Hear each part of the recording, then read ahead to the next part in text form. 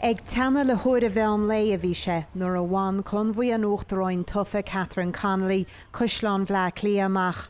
A fear céile Brian McHenry lena tíb, agus í gléiste a bheistis leis an dearthóir éireannach Louise Kennedy. Shiúil sí isteach riad cheataí chorcaí an Caisleán go hála níomh páric, áitir a bhfuil rialtais ceannaí áglasta agus daoine mór le rá láthair. Cuirú tús leis an Searmanas le seirbhís padróireachta le ceannaí áglasta.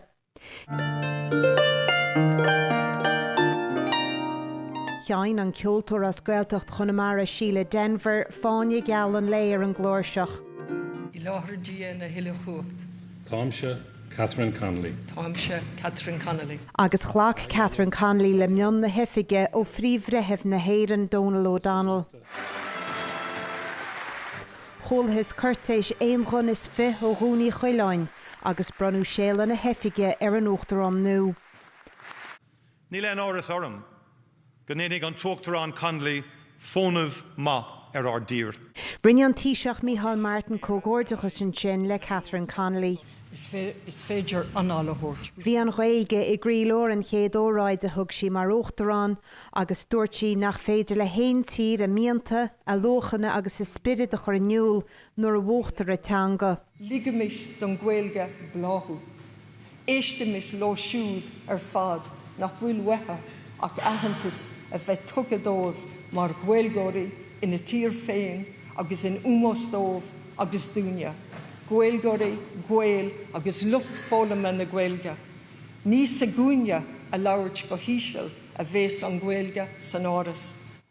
Dúirt sí go mbeadh sí ina gcothair son na síochána agus na neodreachta.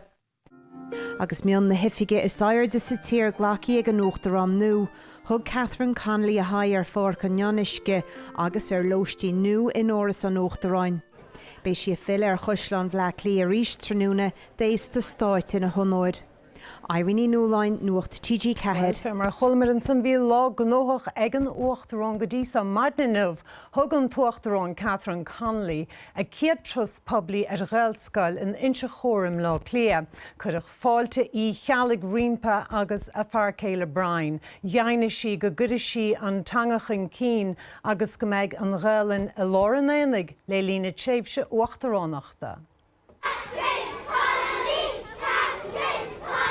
Bhí daltaí Ghaelscoil inse chóir bís agus iad a chur fáilte roimh an Uachtarán Catherine Connolly agus a fear céile Brian. Léire an Uachtarán a Searmanas agus a grád an Ghaeilge nuair a thuca sí héat chu Ghaelscoil inse chóir dá céad chuine ifigiúil. Anna Catherine Connolly an Uachtarán na hÉireann isteach agus bhí sé lá an na speisialta agus browdeo. Bhí sé spéal. Céir de rinne tú? Bhí mé ag déanamh Alína gur Catherine Connolly. Bhí mé ag dathúisteach. Agus an bhar sketchmíní ar na daltaí ar fad nó an ar gachtainna ciúin.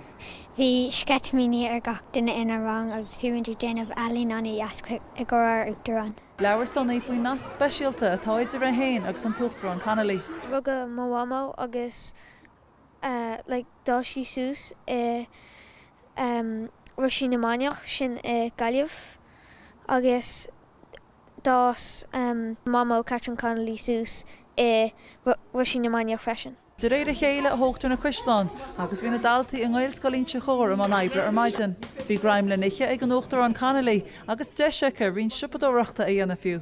An féidir mé ó bhailte rísacht.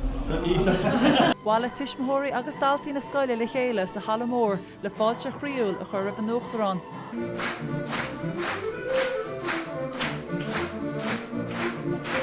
Bhí mé dhéanamh deis a Gaelach a gur bliain. Agus céir de cheaptú faoin Uachtarán Connolly inne. Tá sí an deasas, so sí an cinálta freisin. Bhran taig an daltas óigas a scoil comán ar an Uachtarán agus thug míle an dalta is sinna sa scoil bláhanna de. Lá ioncacha bhí ann agus bhí sé seans anmha agus bhí sé stairiil agus bhí sé anmha bhí scéir teachtaí arscoil agus fiúil linn. Agus a tá mé mar Uachtarán, déanaí mé mo díhall an Ghaeilge chur chun cén ar gach level. Lá an suntasach a bhí an don Ghaeilidechas. Ceapan gur cuatha ionach é go raibhnaíoch Gaelscoil. Is Gaelscoil inse cuairtá ann ar maidin ach bhuaigh mé féin gur thug sí cuairt ar gach Gaelscoil sa tír, gach Gael Colossus sa tír agus thug sí aitheantas ar an obair atá ar siúlans na Gaelscoil na sin. Ócáid álan a bhí an Gailscoil Inse Chóir agus tús Gaelach, Bródúil agus Bríomhar chuire ag an Uachtarán lena heistear. Mar ní bhréanáin nuacht TG4.